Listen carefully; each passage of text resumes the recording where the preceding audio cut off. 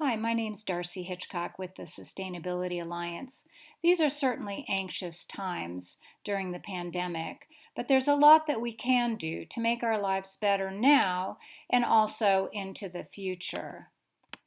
We need to understand the relationship between how our society has been and sustainability, what we have done to contribute to having a pandemic in the first place, so we can know what we want to build toward in the future. Certain unsustainability aspects to our past have actually contributed to pandemics. New diseases usually jump from other animals to humans. That's why we don't have any immune system to them. So they can come from livestock, they can come from bushmeat, people eating stuff out of the jungle, wild animals, and habitat destruction that brings people into contact with that wildlife. Climate change is also increasing disease. We're melting glaciers, which are releasing ancient microorganisms. And also, as we warm, the vectors, like mosquitoes, are moving more toward the poles, bringing disease to populations that didn't used to have them. And human population growth and the inequities have also exacerbated the problems. If people don't have access to nutrition and health care, then they will become sick and infect others. Immigration status, if people don't feel safe letting the government know that they're there, they're less likely to seek help or get a test. Development, as we develop larger and larger communities, gobbling up more of nature, and also urbanization, putting us all very close together, makes it easier for those things to be transmitted. We can't solve all this in this one webinar, but I did want to focus on what we can do now.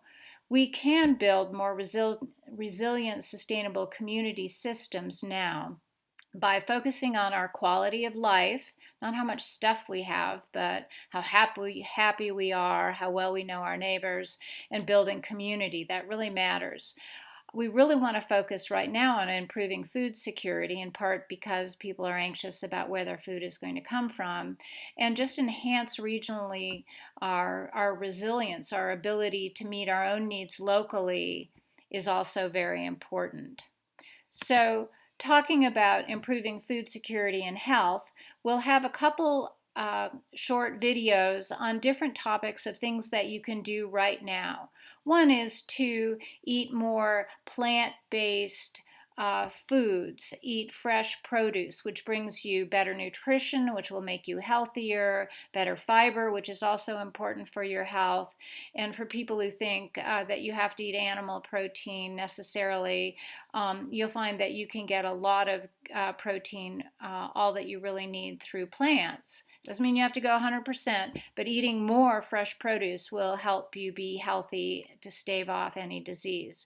You can plant a garden. You can grow sprouts so that you'll have some food within a week. You can plant fruits and veggies. We'll teach you more about that.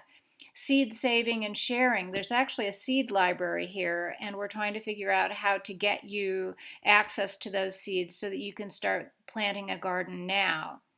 You can also eat some of the weeds growing where you don't want them. There's a lot of edible weeds, and so we can tell you more about that. Remembering how to cook. So many people have forgotten how to cook, but you can make your own bread. You can make your own granola. So if it's not in the store, it doesn't matter. You've got ingredients at home that you can make many of these things yourself for less money.